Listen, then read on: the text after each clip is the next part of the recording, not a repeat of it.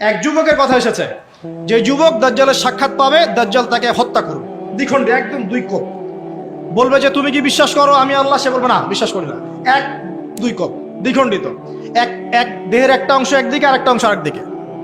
তারপরে দেহের এই দুই অংশকে সে আবার জিন্দা করবে, জীবিত করবে, করে আবার তাকে বলবে এবার কি বিশ্বাস হলো যে আমি আল্লাহ?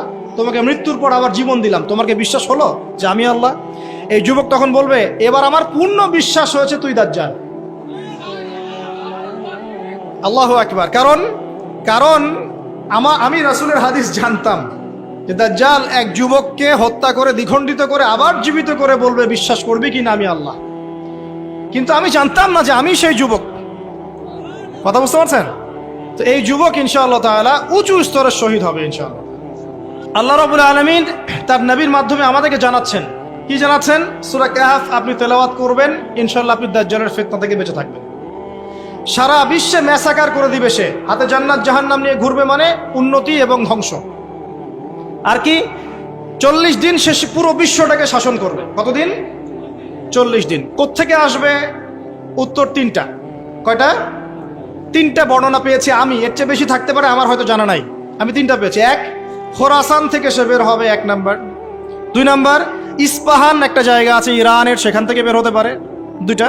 3 নাম্বার হচ্ছে শাম, ইরাক এবং শাম বলা হয় প্যালেস্টাইন সহ পুরো ওই যে জর্ডান, লিবিয়া, লেবানন, সিরিয়া, পুরো জায়গাটাকে শাম বলা হয়। কি বলা হয়? শাম। ইরাক এবং শামের মাঝখানের কোনো এক রাস্তা থেকে সে বের হয়। 3টা বর্ণনা আমার জানা মতো। এখন সে কি করবে? সে পুরো বিশ্বটাকে শাসন করবে, এবং যে তাকে আল্লাহ বলে স্বীকার করবে সে ওকে ছাড় দিবে, যে স্বীকার করবে না তাকে ধ্বংস করে দিবে। এমনকি একটা কওমের পাশ দিয়ে সে যাবে, বলবে তোমরা কি মানো যে আমি আল্লাহ? কওম বলবে না, মানি না, তখন ওদেরকে ধ্বংস করে ছেড়ে দিবে। একটা কওমের পাশে যাবে, বলবে তোমরা কি মানো যে আমি আল্লাহ? তারা বলবে হ্যাঁ মানি, তুমি আল্লাহ। নাউজুবিল্লাহ। তখন ওই কওমকে সে কি দিবে? গুপ্তধন দিবে। গুপ্তধন মানে সে যখন হাঁটবে তার পিছনে গুপ্তধনগুলো ঘুরে বেড়াবে। মানে এমন ফিতনা যেটা আপনি কল্পনা করতে পারবেন না। মানে মুমিন ব্যক্তিও যদি তার সাক্ষাৎ পায়, সেও বিভ্রান্ত হয়ে যেতে পারে। তবে এমনও মুমিন থাকবে যে বিভ্রান্ত হবে না। যেমন এক যুবকের কথা এসেছে, এই যুবকটা তোমরা ভালো করে শোনো। এক যুবকের কথা এসেছে, যে যুবক দাজ্জালের সাক্ষাৎ পাবে, দাজ্জাল তাকে হত্যা করবে দ্বিখণ্ডে, একদম দুই কোপ। বলবে যে তুমি কি বিশ্বাস করো আমি আল্লাহ? সে বলবে না, বিশ্বাস করি না। এক দুই কোপ, দ্বিখণ্ডিত। এক দেহের একটা অংশ একদিকে আর একটা অংশ আরেকদিকে। তারপরে দেহের এই দুই অংশকে সে আবার জিন্দা করবে, জীবিত করবে, করে আবার তাকে বলবে এবার কি বিশ্বাস হলো যে আমি আল্লাহ? তোমাকে মৃত্যুর পর আবার জীবন দিলাম, তোমার কি বিশ্বাস হলো যে আমি আল্লাহ? এই যুবক তখন বলবে এবার আমার পূর্ণ বিশ্বাস হয়েছে তুই দাজ্জাল। আল্লাহু আকবার। কারণ আমি রাসূলের হাদিস জানতাম যে দাজ্জাল এক যুবককে হত্যা করে দ্বিখণ্ডিত করে আবার জীবিত করে বলবে বিশ্বাস করবি কি না আমি আল্লাহ। কিন্তু আমি জানতাম না যে আমি সেই যুবক। কথা বুঝতে পারছেন? তো এই যুবক ইনশাআল্লাহ তাআলা উঁচু স্তরের শহীদ হবে ইনশাআল্লাহ। তো যুবকদের জন্য আদর্শ আছে। তো দেখুন, দাজ্জালকে যারা ফলো করবে সে প্রোগ্রেস, ফলো করবে না ধ্বংস। সে বিশ্ব শাসন করবে। প্রশ্ন এখন একটা, সে কি একা একা বিশ্ব শাসন করবে? মানে একা কি করা যায়? কে তার অনুসারী হবে? কারা হবে অনুসারী? নবী সাল্লাল্লাহু আলাইহি ওয়াসাল্লাম স্পষ্ট বলছেন ইস্পাহানের 70,000 অনুসরণ করবে। কত হাজার? এবং তার লাস্ট ফলোয়ার সম্পর্কে বলা আছে এক শ্রেণীর মহিলা যাদেরকে ঘরে রাখা যাবে না। তো সেই আদর্শ এখন ছড়িয়ে পড়েছে না? ফেমিনিস্ট রেভলিউশন ছড়িয়ে পড়েছে না? আপনি কি আপনার বোনকে ঘরে রাখতে পারছেন? আপনার স্ত্রী কি ঘরে থাকতে চায়?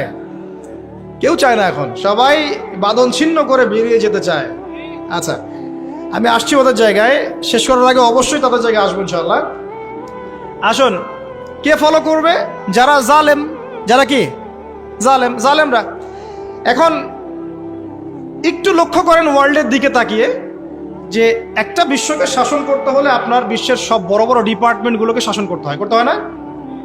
শ্রীলঙ্কা নাম শুনেছেন তো? শ্রীলঙ্কা কি বিশ্বের অর্থনীতিকে শাসন করতে পারবে? মালদ্বীপ পারবে? পাকিস্তান, নামটা যদিও পাকিস্তান, কিন্তু ওখানে অনেক নাপাকি আছে। কথা বুঝতে পারছেন? অনেক নাপাকি আছে। উত্তর কোরিয়া, সে কি পারবে? আপনাকে যদি ইকোনমিক্যালি সারা ওয়ার্ল্ডকে রুল করতে হয় তাহলে সারা বিশ্বের অর্থনীতি আপনার নখদর্পণে থাকতে হবে। সেটা কি মুসলিমদের আছে? কাদের হাতে এগুলো এখন? কাদের হাতে এগুলো এখন? বুঝে নেন। তাহলে ওয়ার্ল্ডকে রুল করতে হলে ইকোনমি ডমিনেট করতে হবে। আপনি এটার ক্ষমতা আমাদের কাছে নাই, ওদের কাছে আছে। মিডিয়া নিয়ন্ত্রণ করতে হবে না ওয়ার্ল্ডকে রুল করতে হলে? ওয়ার্ল্ডকে রুল করতে হলে মিডিয়া লাগবে কিনা? তাদের হাতে। ফাইন্যান্স রুল করতে হবে কিনা? লাগবে, এটা ওদের হাতে। পলিটিক্যাল অ্যাফেয়ার্স রুল করতে হবে কিনা? হবে। মিলিটারি সেকশন রুল করতে হবে কিনা? হবে। অস্ত্রশস্ত্র এগুলো তাদের সবচেয়ে সেরা অস্ত্রগুলো লাগবে কিনা? মনে করেন আমার কাছে আছে পারমাণবিক অস্ত্র, আপনার কাছে আছে ওই যে রাইফেল, আমি কি আপনাকে ভয় করব? হ্যাঁ, আপনার কাছে যদি পারমাণবিক অস্ত্র থাকে, আমার কাছে না থাকে, আমি ভয় করতে পারি, তাই না?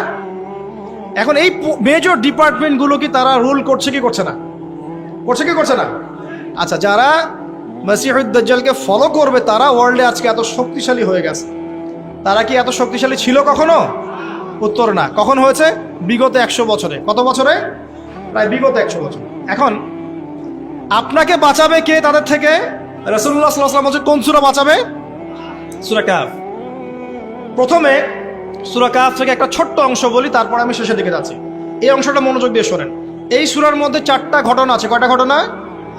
একটা আসহাবুল কাহফের ঘটনা, 2 নাম্বার 2 বন্ধুর ঘটনা। এক বন্ধু খুব বস্তুবাদী, আরেক বন্ধু হচ্ছে দরিদ্র মুমিন। 3 নাম্বার হচ্ছে যুলকারনাইন, বাদশাহ বা নবী, অনেকে অনেক কথা বলেন, আলাইহিস সালাম, তার ঘটনা। 4 নাম্বার হচ্ছে মূসা এবং খিদর আলাইহিস সালাম, তাদের ঘটনা। এছাড়াও এই সূরার মধ্যে ইয়াজুজ আর মাজুজের কথাও আছে। একটা ঘটনা আপনাকে দেখতে হবে আগে। একটু বিশৃঙ্খলা করবেন না প্লিজ, বসেন। আমরা বেশি লম্বা করবো না আলোচনা, একটু বসেন। কোন ঘটনা? যদি কোনো প্রশ্ন থাকে আপনাদের চিরকুটে লিখবেন, লিখে ভলেন্টিয়ারের কাছে দিবেন, আমরা শেষে যদি সময় পাই দেওয়ার চেষ্টা করবো ইনশাআল্লাহ। একটা ঘটনা, মূসা আলাইহিস সালাম দাঁড়িয়ে লেকচার দিচ্ছেন, জনগণ শুনছেন। একজন দাঁড়িয়ে বললেন, নবী মূসা আপনি অত্যন্ত চমৎকার আলোচনা করেছেন, আপনার চেয়ে কোনো জ্ঞানী মানুষ কি পৃথিবীতে আছে? নবী মূসা বলছেন না। আল্লাহ পাক ধরলেন, না তোমার চেয়েও জ্ঞানী মানুষ আছে। মূসা আলাইহিস সালাম বলছেন, কে সেই মানুষ? আমি তার সাথে সাক্ষাৎ করতে চাই। আল্লাহ পাক বললেন, তুমি 2 সাগরের মিলনস্থলে তাকে পাবে। তিনি চলে গেলেন, গিয়ে দেখলেন হ্যাঁ সেখানে একজন মানুষ আছে, তার নাম খিদর। কি নাম? নবী মূসা বললেন, হাল আত্তাবিউকা আলা আন তুআল্লিমানি মিম্মা উল্লিমতা রুশদা, হে খিদর আমি কি আপনার অনুসরণ করতে পারি এই শর্তে যে আপনি আমাকে জ্ঞান শিক্ষা দিবেন যা আল্লাহ আপনাকে শিখিয়েছেন? খিদর বলছেন, ইন্নাকা লান তাস্তাতিআ মাইয়া সাবরা, তুমি আমার সাথে ধৈর্য ধরতে পারবে না। আগেই বলে দিলেন, এত দূরদর্শিতা, আগেই বলে দিলেন ধৈর্য তুমি ধরতে পারবে না। কথা বুঝতে পারছেন? মূসা আলাইহিস সালাম বলছেন, না ইনশাআল্লাহ আমি ধৈর্য ধরবো। আচ্ছা ঠিক আছে, চলো আমার সাথে। তারা চললেন, সামনে নৌকা, নদী পার হলেন। নদী পার হওয়ার আগেই নৌকা ফুটা করে দিলেন। একটা মাঝি, পদ্মা নদীর মাঝি আমাকে যদি ফ্রি নৌকা পার করে দেয় আর আমি তার নৌকাটা ফুটা করে দেই, অন্যায় না? খিদর আলাইহিস সালাম এটা করলেন। মূসা আলাইহিস সালাম বলছেন, এটা কি করলেন আপনি? অন্যায় করলেন। খিদর বললেন, আমি বলি নাই আপনাকে আপনি প্রশ্ন করবেন না, আপনি ধৈর্য ধরতে পারবেন না। ঠিক আছে, ভুল হয়ে গেছে, চলেন সামনে। আবার যাচ্ছেন, একটা বাচ্চা, ছোট বাচ্চা ডেকে নিলেন, হত্যা করে ফেললেন। এটা কি করলেন? নিষ্পাপ বাচ্চাকে হত্যা করলেন। আমি কি বলি নাই তুমি সবর করতে পারবে না? তিনি বলছেন, হ্যাঁ ঠিক আছে, আরেকবার প্রশ্ন করলে আমাকে আর সাথে নিয়েন না, চলেন। এবার সামনে গিয়ে একটা দেয়াল পড়ে আছে, একটা গ্রামে গেলেন। গ্রামে গিয়ে বললেন, নাস্তা পানি কিছু হবে কিনা, সৌজন্যমূলক। কেউ কোনো নাস্তা পানি দিল না, কোনো সৌজন্যমূলক আচরণই করলো না। ও যে বাসায় মেহমান আসলে বলে না, খেয়ে আসছেন না গিয়ে খাবেন, ওই টাইপের ছিল আর কি। তো যাই হোক, তিনি দেখলেন যে ওদের একটা দেয়াল পড়ে গেছে বেচারা, ওই দেয়ালটাকে তিনি আবার শক্ত করে নির্মাণ করে রেখে দিলেন। মূসা আলাইহিস সালাম বললেন যে এটা কি করলেন? নাস্তা পানিও দিল না, ভালো ব্যবহারও করলো না, আপনি উল্টা তার এই উপকার করলেন বিনা পারিশ্রমিকেই। কিছু আজর নিতেন তাহলে তো ভালো হতো। তো খিদর আলাইহিস সালাম বলেন, এটা হাদা ফিরাকু বাইনি ওয়া বাইনাক, আমার আর তোমার মাঝে এখন ফিরাক, পার্থক্য হয়ে গেল, আর আমাদের পথ চলা হলো না। তবে যাওয়ার আগে আমি জানিয়ে দেই, ওই নৌকা ফুটা করেছিলাম এই কারণে, যদি ফুটা না করতাম তাহলে জলদস্যু নৌকাটা নিয়ে যেত। ফুটা করে দিয়েছি, এই খারাপ নৌকা তারা আর নিবে না। ঠিক আছে কথা? 2 নাম্বার, বাচ্চাকে যদি হত্যা না করতাম এই বাচ্চা বড় হয়ে বড় কাফের হতো এবং পিতা মাতাকেও কুফরিতে নিয়ে আসতো। এটা আমি আল্লাহর হুকুমে করেছি, একা একা করি নাই। 3 নাম্বার, এই দেয়াল নির্মাণ করেছে এই কারণে, এই দেয়ালের নিচে 2 জন এতিম বাচ্চার রেখে যাওয়া পৈতৃক সম্পত্তি আছে, এটা নির্মাণ করে দিয়েছি, মানুষ এটা সিজ করতে পারবে না, তারা যখন বড় হবে তখন নেবে ইনশাআল্লাহ। তো এই 3টা ঘটনা তো একটু ফোকাস করেন। কোন সূরা আছে এটা? সূরা কাহফ। এই তিনটা ঘটনাতেই বাহ্যিক চোখে যা দেখা যাচ্ছে সেটা সত্য নয়, ভিতর থেকে যা দেখছেন সেটা সত্য। কথা বুঝতে পারছেন? তো সূরা কাহফ আপনাকে দাজ্জাল থেকে বাঁচাবে মানে কি? দাজ্জালীয় ফিতনার যুগে বাইরের চোখে আপনি যা দেখবেন সেগুলো সবসময় সত্য হবে না। রিয়েলিটি আর ভিজুয়াল ওয়ার্ল্ডের মধ্যে আকাশ পাতাল পার্থক্য থাকবে। এটা হচ্ছে দাজ্জালের যুগ। আমি বুঝাতে পারছি না। রিয়েলিটি আপনি দেখছেন বিশ্ব এগিয়ে যাচ্ছে, খুব সুন্দর। বাস্তবতা হচ্ছে যে বিশ্ব এগিয়ে যাচ্ছে আস্তে আস্তে কিয়ামতের দিকে। রিয়েলিটি দেখবেন যে ইকোনমি খুব প্রোগ্রেস হচ্ছে, হ্যাঁ, মানে মানুষের জীবনযাত্রার মান একদম উন্নতির দিকে।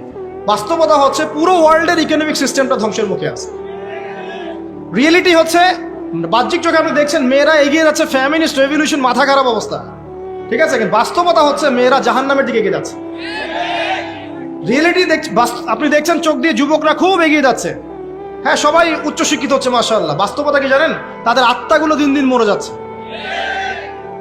রিয়েলিটি দেখছেন যে হ্যাঁ, পরিবারগুলো খুব সুখী, আমরা একদম বিল্ডিং তুলতেছি মাশাআল্লাহ, জমি জমা কিনতেছি। বাস্তবতা কি জানেন? পরিবারগুলোতে শান্তি নাই এখন। আমি বোঝাতে যাচ্ছি, দাজ্জালীয় ফিতনার যুগে ভিজুয়াল ওয়ার্ল্ড মানে যা আপনি বাহ্যিক চোখে দেখছেন আর রিয়েলিটির মধ্যে আকাশ পাতাল পার্থক্য থাকবে, ঠিক খিদির এবং মূসা আলাইহিস সালামের ঘটনার মতো। বুঝতে পারলাম? অতএব আপনাকে দাজ্জাল, তার সভ্যতা, তার ফিতনা, তা থেকে বেঁচে থাকার পথ বুঝতে হলে আগে দৃষ্টিভঙ্গি চেঞ্জ করতে হবে। কি করতে হবে? দৃষ্টিভঙ্গি চেঞ্জ করতে হবে। খিদিরের দৃষ্টিভঙ্গি লাগবে। কার দৃষ্টিভঙ্গি? খিদির আলাইহিস সালামের। শুধু বাহ্যিক চোখ দিয়ে দেখলে হবে না, এক্সটার্নাল ভিশন দিয়ে দেখলে হবে না, ইন্টারনাল অবজারভেশনের দরজাটা খুলতে হবে। রাষ্ট্রকে দেখেন, পরিবারকে দেখেন, সমাজকে দেখেন, রাষ্ট্রগুলোকে দেখেন, আপনি বুঝতে পারবেন যে ফিতনা কি পরিমাণে ধেয়ে এসেছে। এটাই নবী সাল্লাল্লাহু আলাইহি ওয়াসাল্লাম বলছিলেন, তোমাদের পরে এমন একটা যুগ আসছে, জামানা সবরিন, এমন জামানা, কঠিন সবরের জামানা, লিল মুতামাসসিকি ফি, সেখানে যদি এই নবী সাল্লাল্লাহু আলাইহি ওয়াসাল্লামের সুন্নত কেউ ধরে রাখতে পারে, আজরুনা 50 শাহীদা মিনকুম, তোমাদের মধ্যে 50 জন শহীদ সাহাবীর নেকি পাবে ইনশাআল্লাহ। এটা সেই জামানা নয়? ভালো করে খিদিরের চোখ দিয়ে দেখেন। খিদির আলাইহিস সালামকে শুধু বাইরের চোখ দিয়ে দেখেছিলেন না আল্লাহ পাকের মারিফত দিয়ে দেখেছেন? আল্লাহ পাকের নূর দিয়ে দেখেন নাই?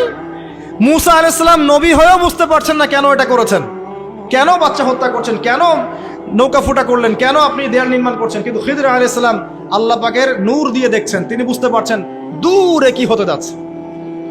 তো সবাইকে খিদির হতে পারবে?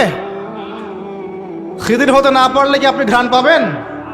আপনি সেটা দেখতে পারবেন না যা খিদির দেখছেন, আপনি সেটা শুনতে পারবেন না যা খিদির শুনেছেন। আপনি যদি খিদির আলাইহিস সালামের মতো হতে পারেন, আপনি এমন কিছু উপলব্ধি করবেন যেটা সবাই পারছে না। এখন শেষ করার আগে বলে দেই যে আমাদেরকে এই দৃষ্টিভঙ্গি অর্জন করে কোন কোন কাজগুলো বেশি বেশি করতে হবে। 1 নম্বরে বলে দেই দৃষ্টিভঙ্গি অর্জন করবেন কিভাবে, একটু মনোযোগ দেন। আমাদের এই দৃষ্টিভঙ্গি অর্জন করতে হলে প্রথমে লাগবে ভাই 5 ওয়াক্ত নামাজ। কি লাগবে? 1। 2 নম্বর লাগবে নবী সাল্লাল্লাহু আলাইহি ওয়াসাল্লামের সুন্নত। কি লাগবে? সুন্নত। 3 নম্বর লাগবে বেশি বেশি নফল আমল, বেশি বেশি নফল আমল, স্পেশালি তাহাজ্জুদ। স্পেশালি কি? তাহাজ্জুদ।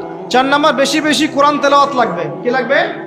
কোরআন তেলাওয়াত শুধু মৌখিকভাবে না, অর্থ বুঝে পড়ার চেষ্টা করতে হবে। মৌখিক করলে নেকি পাবেন ঠিকই, কিন্তু অর্থ বুঝে না পড়লে আপনি পথ খুঁজে পাবেন না। 5 নম্বর লাগবে আমাদের সবার হালাল রিজিক। কোন রিজিক? সুদ ঘুষ দুর্নীতির কাছে যাওয়া যাবে না। 6 নম্বর লাগবে আমাদের আত্মশুদ্ধি। আত্মশুদ্ধি মানে কলব পরিষ্কার করতে হবে। কলব পরিষ্কার করার জন্য লাগবে বেশি বেশি আল্লাহর জিকির, ইলম অর্জন করা এবং আল্লাহওয়ালা মানুষের সোহবতে পড়ে থাকা। একা একা নূর অর্জন করা যাবে না। আল্লাহওয়ালা মানুষের সোহবতে পড়ে থাকে, জ্ঞান চর্চার মধ্য দিয়ে, আল্লাহর জিকির, কোরআন তেলাওয়াত, আত্মশুদ্ধির মধ্য দিয়ে আপনি ইনশাআল্লাহ নূর পাবেন ইনশাআল্লাহ। আর কি কি করা যাবে না, অল্প বলছি, বেশি বলবো না। কি কি করা যাবে না? 1 নাম্বার, সবচেয়ে বড় কথা, মনের মধ্যে কোনো রকম হিংসা রাখা যাবে না। কারো প্রতি হিংসা করবেন, নূরের সাথে আপনার কোনো সম্পর্ক নেই। 2 নাম্বার, অহংকার মন থেকে বের করতে হবে। কি বের করতে হবে? অহংকার কি জিনিস? আপনার কাপড়টা সুন্দর হোক, এটা অহংকার নয়। জুতা সুন্দর, ভালো পারফিউম ইউজ করেন, আপনার বাড়িটা সুন্দর, এগুলো অহংকারের নিদর্শন নয়। অহংকারের নিদর্শন হচ্ছে 2টা। একটা হচ্ছে মাতারুল হাক্কি ওয়া গামতুন নাস, সত্যকে প্রত্যাখ্যান করা, অন্য মানুষকে তুচ্ছ তাচ্ছিল্য করা। এই 2টা হচ্ছে অহংকারের নিদর্শন। মনে কোনো প্রকার অহংকার রাখলে আল্লাহর নূর পাওয়া যাবে না। অনেক বড় বড় ডিগ্রি সার্টিফিকেট অর্জন করেও যদি মনের মধ্যে কিবর বা অহংকার থাকে, কোশ্চিন কালেও আপনি খিদির হতে পারবেন না। আমি কথা বোঝাতে পারছি? ইবলিসের অনেক বড় মাকাম ছিল, কিরকম? তাকে আল্লাহ পাক একদম ফেরেশতাদের সর্দার বানিয়ে দিয়েছে। তার প্রচুর জ্ঞান ছিল, প্রচুর আবেদ ছিল, প্রচুর ইবাদত করত, শুধুমাত্র কিবর অহংকারের কারণে সে আজকে জাহান্নামী। আবা ওয়াস্তাকবার, সে উদ্ধত হয়েছিল, অহংকার প্রদর্শন করেছিল, তাই নয় কি? কেন আমি আদমকে সিজদা করব? খলাকতানি মিন নার, আমাকে সৃষ্টি করেছেন আগুন দিয়ে। ওয়া খলাকতাহু মিন তিন, তাকে সৃষ্টি করেছেন মাটি দিয়ে। কেন আমি আদমকে সিজদা করব? এখন এই অহংকার চারপাশে দেখা যায় না? ওরা কি বোঝে দিনের, আমরাই তো সব বুঝি। ওরা আর কি পড়াশোনা করছে, আমি তো সব পড়াশোনা করছি। ওর কি আর বড় বড় ডিগ্রি সার্টিফিকেট আছে নাকি? আমার আছে। তারপরে আমাদের দলই চূড়ান্ত সফল, বাকি দল সব জাহান্নামী। এরকম অ্যাটিটিউড আছে না? তুমি আমার দলের ফর্ম পূরণ করো নাই, তোমার জান্নাত কে নিয়ে যাবে? ফর্ম পূরণ করলে তুমি জান্নাতে যাওয়ার লিস্ট পাবো আমার কাছ থেকে। ভাবখানা এমন, মুখে না বললেও। আমাদের মধ্যে কিবর নাই, আমরাই চূড়ান্ত, বাকিরা সব বিভ্রান্ত। বিভিন্ন অনেক বড় বড় সভ্যতা বলছে আমরাই একদম মানবতার স্বর্ণ শিখরে, বাকি সব ককরোচ। এই কিবর যার মধ্যে আছে সে কোশ্চিন কালের নূর পাবে না। আর কি করা যাবে না? 1 নম্বর হিংসা, 2 নম্বর কিবর, 3 নম্বর অপবাদ। কারো উপর মিথ্যা অপবাদ দেওয়া যাবে না। কারো প্রতি মিথ্যা অপবাদ দিলে আপনি আল্লাহর নূর পাবেন না। 4 নম্বর হচ্ছে পরশ্রী কাতরতা। কারো উন্নতি দেখছেন খুব জ্বলে, উন্নতি অগ্রগতি প্রগতি দেখছেন খুব জ্বলছে, এই পরশ্রী কাতরতা থাকলে কোশ্চিন কালেও আল্লাহর নূর পাবেন না। আমার কেন হয় না, তার কেন হচ্ছে, হ্যাঁ আমি কেন পারছি না, সে কেন পারছে, আমার কেন মূল্য নাই, তাকে কেন মূল্য দিচ্ছে, এই যে পরশ্রী কাতরতা, এগুলো থাকলে কোশ্চিন কালেও আল্লাহর নূর পাওয়া যাবে না। আরেকটা বিষয় বলবো যে গীবত তহমত, একটা কথা, গীবত তহমত এবং গীবত তহমত বেশি করে বললাম, আর বাকি যত কবিরা গুনাহ আছে, এই যে সুদ বলেন, জেনা বলেন, দুর্নীতি বলেন, অন্যের সম্পদ আত্মসাৎ বলেন, বড় বড় কবিরা গুনাহ যেগুলো আছে, এগুলোর সাথে স্পেশালি গীবত তহমত যদি থাকে, আল্লাহর নূর পাওয়া যাবে না। ব্যাস। এখন নূর অর্জন করে কিভাবে পথ চলবো খুব শর্ট করে বলে দিই। 1 নাম্বার, প্রিয় ভাইরা সবাই মনোযোগ দিয়ে শুনুন, সবাইকে, আমাদের সবাইকে, যদি আমরা কি ইসলামের বিজয় চাই? আমরা কি সবাই জান্নাতে যেতে চাই? আমরা কি চাই যে আমরা পুরো বিশ্বের বুকে আবার মাথা তুলে দাঁড়াই? হ্যাঁ ভাই, চাই না? আচ্ছা, আমরা কি চাই না আমাদের পরিবারগুলো সুন্দর হোক, সবাই হালাল রিজিক খাই, আমরা আমাদের সন্তানদেরকে ভালো একটা বিশ্ব দিয়ে যাই? আমরা চাই না? আচ্ছা, যদি চাই, কিছু করণীয় আছে। কি আছে ভাই? কিছু করণীয় আছে। করণীয় এমনি এমনি কি অ্যাচিভ করতে পারবো নাকি? বিরিয়ানি বাসায় বসে বসে বিরিয়ানি খাইলে হবে? জিলাপি খরমা লাড্ডু খাইলে হবে নাকি? কিছু কাজ তো আছে নাকি? কাজ করবেন তো ইনশাআল্লাহ। 1 নাম্বার হচ্ছে জ্ঞান অর্জন, জ্ঞান অর্জন এবং জ্ঞান অর্জন। জ্ঞান অর্জনের কোনো বিকল্প নাই। বারবার বলছি, একা একা পড়েও কিন্তু জ্ঞান অর্জন হবে না, আপনাকে আল্লাহওয়ালা মানুষের কাছে আসতে হবে, মনে রাখবেন, ঠিক আছে? একা একা মেহনত করবেন, দোয়া করবেন, চেষ্টা করবেন, কিন্তু ওস্তাদ লাগবে না? ওস্তাদ লাগবে। জেনারেল ভাইরা যারা আছেন, যে যেখানেই পড়ছেন পড়েন, কিন্তু ইসলামিক বেসিক পড়াশোনাগুলো করেন। আকিদা পড়েন, কোরআন পড়েন, হাদিস পড়েন, ইসলামের ইতিহাস পড়েন, সিরাত পড়েন, এবং আলেমদের সাথে সম্পর্কিত রাখেন, একা একা বিচ্ছিন্ন হয়ে যায় না, ঠিক আছে? যে মাযহাব আপনার ভালো লাগে আপনি ফলো করেন। আমি আপনাকে এগুলো নিয়ে কথা বলতে আসি না, আমি জাস্ট বলতে আসছি যে আপনি যেখানেই থাকেন দ্বীনের জ্ঞানের চর্চা করেন, আপনার দৃষ্টিভঙ্গি আল্লাহ পাক উদার করে দেবেন ইনশাআল্লাহ, ঠিক আছে? যে সালাফি হন, আহলে হাদিস হন, মাযহাব ফলো করেন, যাই হন আপনি, যেটাই হন, হকপন্থী হন, আপনি সত্যের পথে থাকেন এবং ওলামায়ে কেরামের সাথে সোহবতে থাকেন। আর নিজেকে চূড়ান্ত একদম জান্নাতি মনে করবেন না। এমন হতেই পারে যে আপনার মধ্যে যে যতটুকু জ্ঞান আছে, এর চেয়েও বেশি জ্ঞান অন্য কারো কাছে থাকতে পারে। অতএব সবার ক্ষেত্রে আপনি একটু উদার হওয়ার চেষ্টা করেন, আল্লাহ পাক আপনার কলবে নূর দিবেন ইনশাআল্লাহ, তাসকিয়া দিবেন ইনশাআল্লাহ। 1 নাম্বার জ্ঞান। 2 নাম্বার হচ্ছে আমল বাড়ানো। বেশি বেশি ব্যক্তিগত আমল বাড়াতে হবে, পারবেন ইনশাআল্লাহ? সময় নষ্ট করা যাবে না প্রিয় ভাইরা, বেশি বেশি ব্যক্তিগত আমল বাড়াতে হবে। নামাজ বাড়িয়ে দেন, রোজা বাড়িয়ে, দান সদকা বাড়িয়ে দেন। দিনী প্রতিষ্ঠানগুলো হোক আর দিনী প্রজেক্টগুলো, এগুলোতে বেশি বেশি সদকা করেন, আল্লাহ পাক তৌফিক দান করুন। বেশি বেশি হজ করেন, উমরা করেন, রোজা রাখেন, কোরআন তেলাওয়াত করেন, জিকির আজগার করেন, ঠিক আছে, তাহাজ্জুদ পড়েন, বেশি বেশি নেক আমল বাড়িয়ে দেন ইনশাআল্লাহ। 3 নাম্বার, পরিবারের আদর্শ ঠিক করেন। পরিবারের আদর্শ ঠিক না করে যদি বড় বড় কথা বলি কোনো লাভ নাই। আমার পরিবারটা ঠিক করতে হবে, আল্লাহ পাক এর জন্য আমাকে জবাবদিহি করাবেন। হ্যাঁ, অনেক চেষ্টা করার পরেও যদি ঠিক না হয় সেটার বিচার আলাদা। নূহ আলাইহিস সালাম 950 বছর দাওয়াত দিয়েছেন, তার একজন ছেলে ইসলাম কবুল করে নাই। তো এখন কি নূহ আলাইহিস সালাম দোষী? তিনি কি দোষী? না। মুহাম্মদ সাল্লাল্লাহু আলাইহি সাল্লাম এর অনেকেই, চাচাদের অনেকেই ইসলাম কবুল করে নাই, তা তিনি কি দোষী? না। আপনি চেষ্টা করবেন পরিবারকে পরিপূর্ণ ইসলামী পরিবেশে রাখার, শরঈ পর্দায় রাখার, এবং আমাদের পরবর্তী প্রজন্ম যারা আছে, আমাদের ছেলেমেয়েরা, এদেরকে অবশ্যই ইসলামের সুশিক্ষায় শিক্ষিত করবেন ইনশাআল্লাহ। আমি বলছি না তাদেরকে আপনি ডক্টর বানাবেন না, ইঞ্জিনিয়ার বানাবেন না, আমি এগুলো বলছি না। অ্যাটলিস্ট আমার দ্বারা এরকম কথা আপনি শুনবেন না। আমি আরো বলি তাদেরকে আরো বড় বড় প্রফেশনে নিয়ে যান, কিন্তু ইসলামিক শিক্ষাটা আগে ছোটবেলায় দেন। ওর শুরুটা হবে কোরআন দিয়ে। আমি প্যারেন্টিং সেকশন নিয়ে অনেক পড়াশোনা করেছি, বিশ্বাস করেন, কারণ আমি স্কুল মাদ্রাসা এইসব প্রজেক্টের সাথে আগে থেকেই ছিলাম। অ্যাজ এ টিচিং প্রফেশন আমি আগে থেকেই ছিলাম। এখানে বিষয়টা হচ্ছে, একটা বাচ্চা যখন বয়স হয় 2 থেকে 3 বছর, সে মোটামুটিভাবে 200 থেকে 250টা শব্দ মনে রাখতে পারে, জানেন? যখন একটা বাচ্চার বয়স হয় 5 থেকে 7 বছর, সে মোটামুটি 1000 থেকে 1500 শব্দ মুখস্থ রাখতে পারে। ওই সময় আমরা কি শিখাই? হামটি টামটি শিখান, ওই যে তারপরে কি আছে, জ্যাক অ্যান্ড জিল শেখান, মানে এইগুলো শেখান আর কি, তাই না ভাই? তাই না? এই সময় কোরআন ধরিয়ে দেন, হিফজটা করিয়ে ফেলেন আগেই। বাচ্চাদেরকে 10 বছর বয়স হওয়ার আগেই কোরআনে হাফেজ বানিয়ে ফেলেন। তারপরে আপনি আরবি ব্যাকরণ শেখাবেন, মাদ্রাসায় দেন বা অন্য স্কুলে দেন, ইসলামিক স্কুল গড়ে তোলেন, মাদ্রাসার মধ্যে সিলেবাসের সংস্কার আনেন, সেটা করতে পারেন। বাচ্চাদের সময়টা গোল্ডেন টাইম, কাজে লাগেন। আল্লাহ পাক তৌফিক দান করুন। আর কি করতে হবে ভাই? জি, আমি শেষ করে দিচ্ছি। করণীয় বলছি, 1 নাম্বার কি ভাই? জ্ঞান অর্জন। 2 নাম্বার আমল বাড়িয়ে দেয়া। 3 নাম্বার এই যে পারিবারিক আদর্শ সুন্দর করা। 4 নাম্বার আগামী প্রজন্মকে মানুষ করে যাওয়া। লাস্ট পয়েন্ট, সেটা হলো আমাদেরকে আল্লাহ পাক কিছু প্রতিভা দেন নাই ভাই।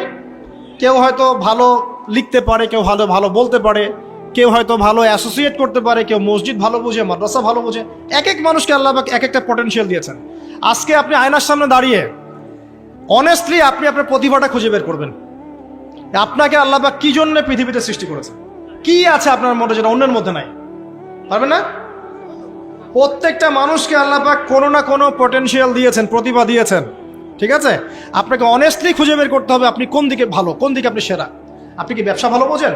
আপনি কি ফাইন্যান্স ভালো বোঝেন? আপনি কি ভালো লিখতে পারেন? আপনি কি ভালো কবিতা আবৃত্তি করতে পারেন?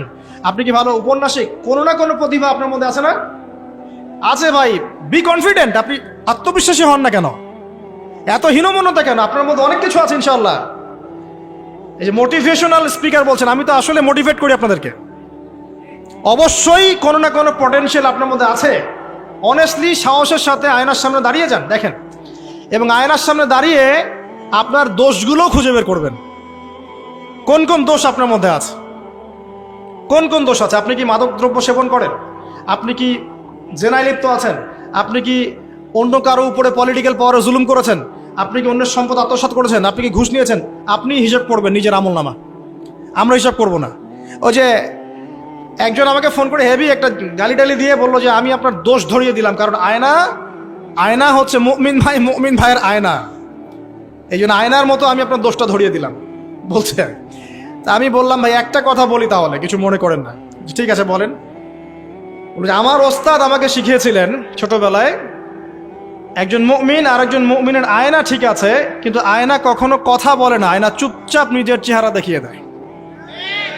কথা বুঝতে পারছেন? আয়না কিন্তু কথা বলে না এত বেশি, আয়না আপনাকে চুপচাপ নীরবে আপনার দোষটা দেখিয়ে দিবে।